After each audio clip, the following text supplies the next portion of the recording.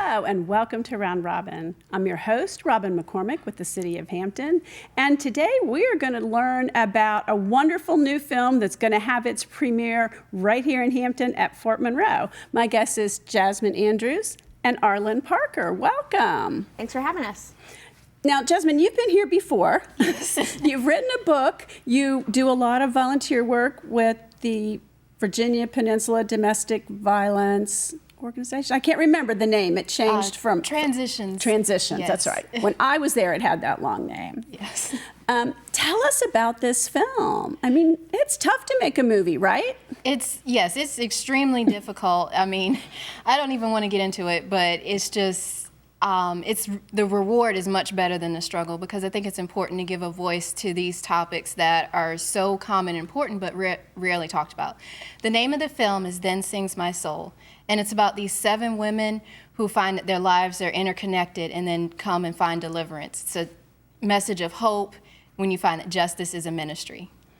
And your star is here. Yes. So tell us about your character. Yes, so my character is Tanya Blanchard.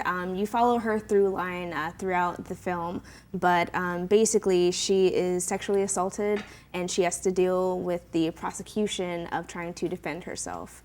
So there's a lot, there's some intense topics that the film explores, but all, like Jasmine said, really important to get out there.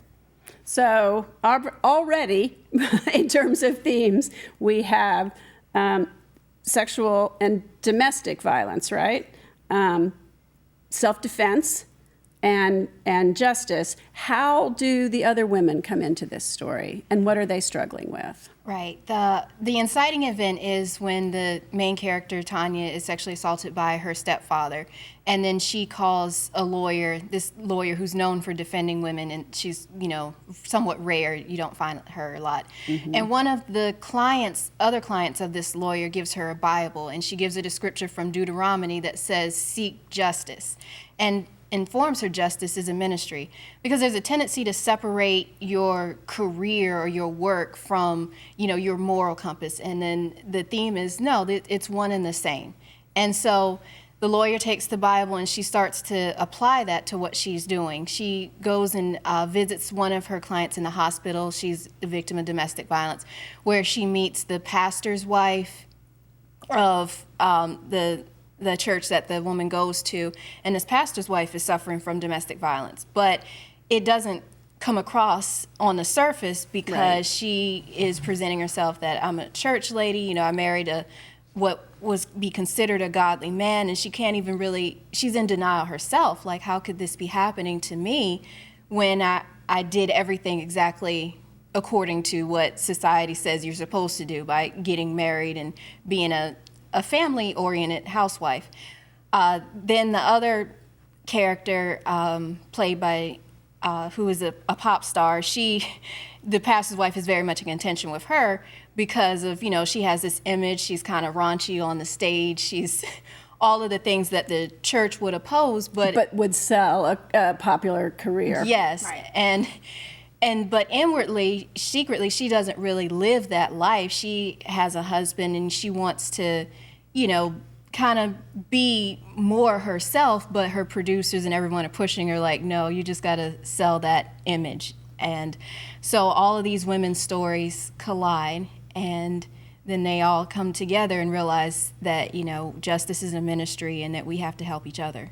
That's great. And you wrote the screenplay based on a book? Adapted a stage play. Oh, okay. There was a stage play called Then Sings My Soul, the story by Wyoming Paris, which was basically the characters kind of had their different monologues or their different events. And I adapted the screenplay. Because you can do that so differently in a play. Yeah. Right. Because they would just come up and just sing their events, their stories. And then the script, which I adapted, is more about connecting those stories into this chain of events. Wow. Yes. Wow. So I have seen the trailer. It's very much a tease. It doesn't tell you exactly what's going on, but you get some sense. Mm-hmm. When are you going to open this film locally? Are you going to have a premiere? Yes, the premiere is going to be on Sunday, May 21st at the Fort Monroe Theater. They call it Fort Monroe, Virginia, but it is Hampton. Yeah. And the doors are open at 2 o'clock. We're going to have a red carpet. You're going to have another short film previews. And then at 3, the actual showing of the film is going to begin. That's really exciting and fun. Yes. I can't wait. Tickets Well, do are people get available tickets in advance, or do they just show up? Yes, tickets are available on Eventbrite. We don't sell tickets at the door, so get your tickets on Eventbrite for Okay. $10.50. And we'll put that link up so people know how to do it. Yes. What was it like for you being in this role of a victim of a really horrific crime? I am thankful and blessed and fortunate enough in my life that I can't relate to having been in a situation like that. So I had to dig a little deep to see what that would actually be like to go through. And Tanya, the character I play, she does not get to really process it because she's arrested immediately for trying to defend herself. So it was a little difficult for me at first. And of course, Jasmine is a great director. We had a really good team of actors, a great cast working with us. So it was really nice to kind of talk through everything with everyone that was present when we shot the film. And that really helped to kind of dissociate a little bit and say, okay, what are these characters actually going through, and how do we separate that from ourselves? Because with something like this, it's really advantageous that you do so. Yeah, you would have to. And so you're sort of the glue in this story. It got to interact with all of the other women and learn their stories. Yes, my character doesn't interact with them until a little toward the end. I have the most interaction with Arlene Spala's character, who plays the lawyer. She has a bit more interaction with the other women. But it's that connection in trying to seek out a sisterhood, I think that's really important. And the theme of justice is intermingled throughout each of the women's stories. So it's kind of nice to see how that kind of interconnects, even though they're all going through completely different things.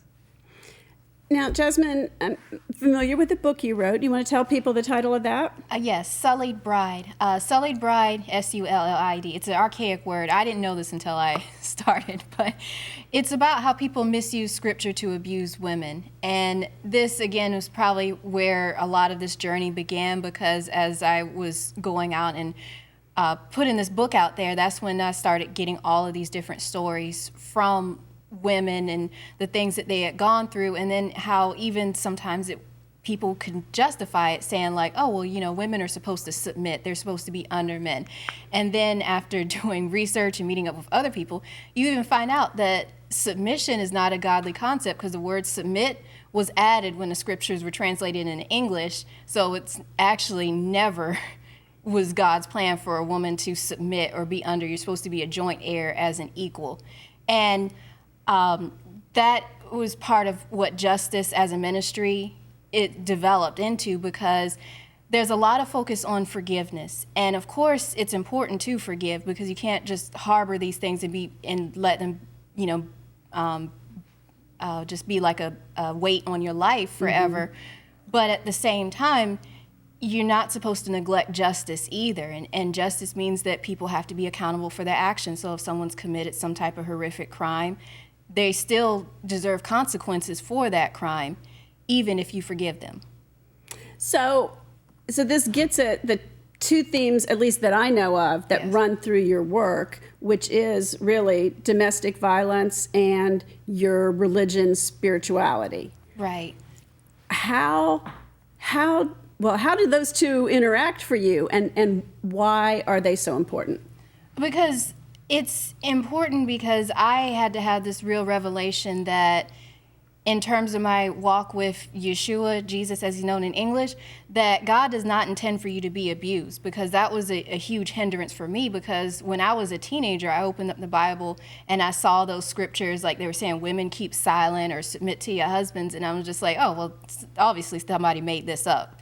But it turns out that's not true, because when I had a personal encounter with Yeshua, it was like, no, that you are loved. And then throughout this journey of walking with the Messiah, it was showing me that the importance of justice, because once you realize that these are lies, that you are not intended to be anybody's slave, you're not intended to be under anyone, under a yoke, because where the spirit of Messiah is, there's freedom, and that's what it says in Galatians 5:1.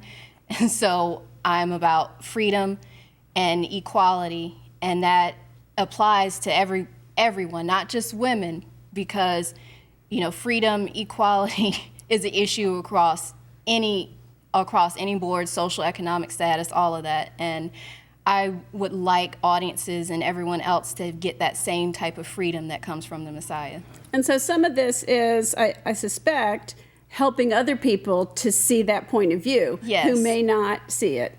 Yes. But part of it also is, why domestic violence? Why has that become really a personal issue for you? Because you also worked or volunteered at Transitions. I mean, what is it about that issue?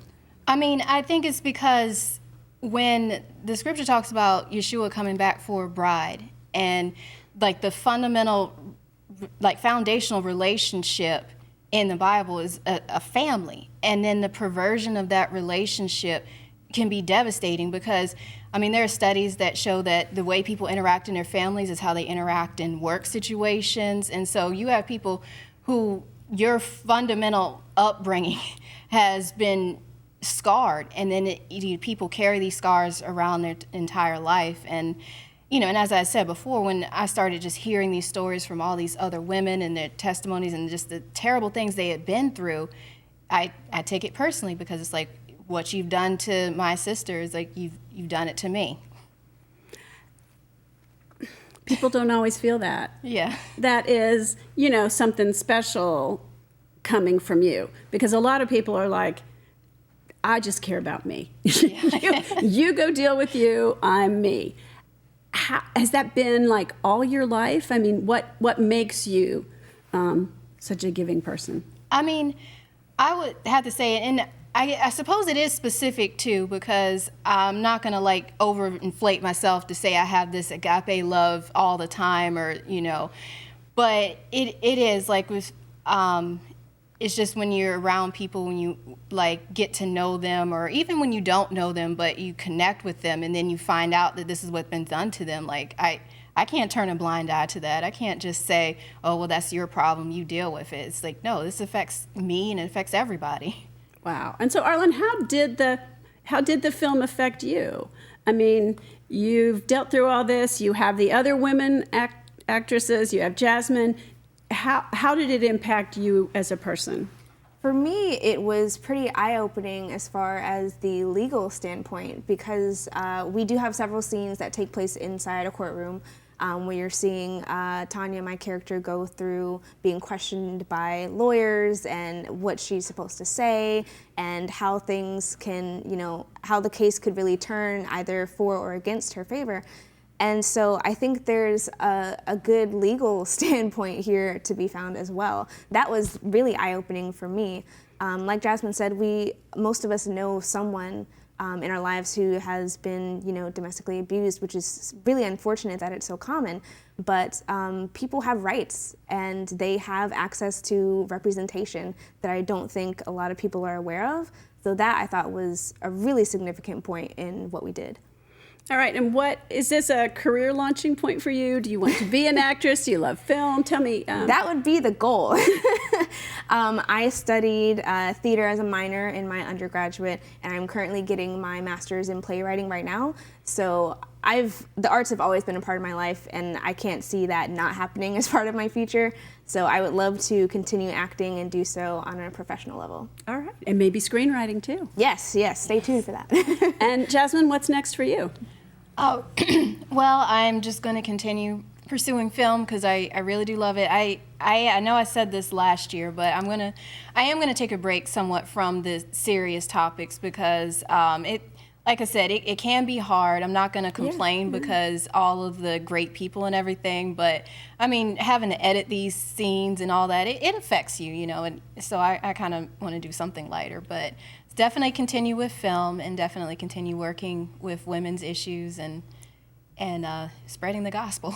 That's wonderful. So, what's next for the film? I mean, you're going to open it and have a red carpet debut at Fort Monroe May 21st. Yes. Where does it go from there? Streaming. I am going to put it up for distribution and streaming, so you should see it on all the different platforms soon. That's great. Congratulations. Oh, I was also going to ask, where was this filmed? Like, when I watch it, will I see local scenes, or did you go somewhere else? Yes. We filmed all over Hampton Roads. We filmed in Hampton, and oh yeah, I'm glad you mentioned that. We filmed at the little New England chapel for the church scenes, which is a historic location here in Hampton. That's very close to my house. Yes, and it was just, I just love the authentic old feel of that church because it had a wood heater in it, and Frank Belton, and he was just amazing to work with because he would just, he's a historian, and just he knew all the history of it, about how like the Native Americans used to take the canoe from Hampton University to go to church, and it was, but yeah, that's one of the locations, and we filmed in Richmond, filmed in Isle of Wight, filmed just all over the Hampton Roads area, some in Chesapeake. That just makes it more fun to watch a film because you're looking for those. I mean, I guess that you could call them Easter eggs for local people, but I mean, they are things that we're going to relate to in addition to the film. We're going to see it a little differently than someone in another state might see it. Yeah, because Virginia is a really beautiful state, so I'm just like, we don't have to try to let California dominate everything. We have so many landmarks, and basically this country began in Virginia. Don't ask me too much history, but it did. And we just have like all 4 seasons in one day, so we have a lot of versatile climate, locations, all that. That's great. Well, is there anything else you want to say before we wrap up? Oh, I do want to say that when we wrap up, we're going to show people that teaser. I forgot about that. So anything else you want to add? I just want to give a shout out to all the other actresses that we worked on the film with, and the actors too, because the men play a role in here, and you see how like sometimes the system can be corrupt, but don't confuse their character of who they are. There's some great men.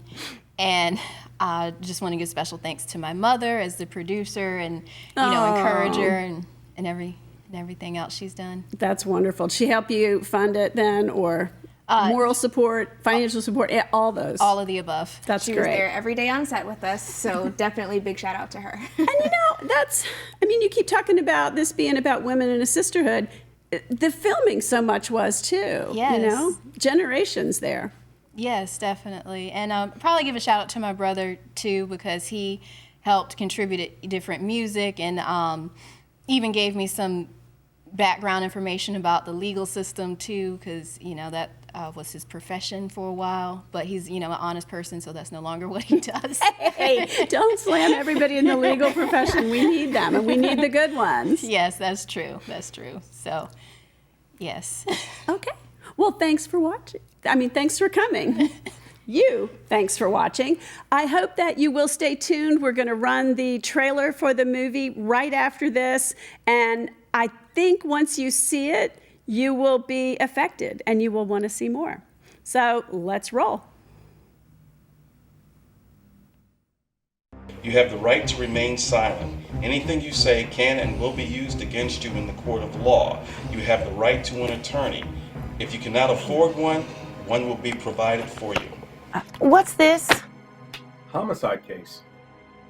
18-year-old girl stabs her stepfather to death. She claims it was self-defense following a sexual assault.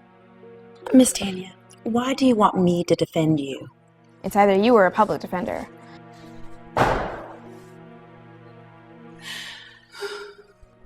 I'm a lawyer. All my clients are crooks. This scripture is just for you. Deuteronomy 16:20. Follow justice and justice alone. Justice is a ministry. Well, does it help to get the devil praying for you? Look, Jesus ate with tax collectors and prostitutes. And he heard the sinners pray. We've all heard the scripture from Ephesians 5:22. Wives, submit yourselves unto your own husband, like unto the Lord. But what most people don't know is that the word submit was added when the scriptures were translated into English. and submit was never in the original Greek manuscript. As women, we must eradicate the concept of submission from our thinking and stand firm on being the bride of the Messiah.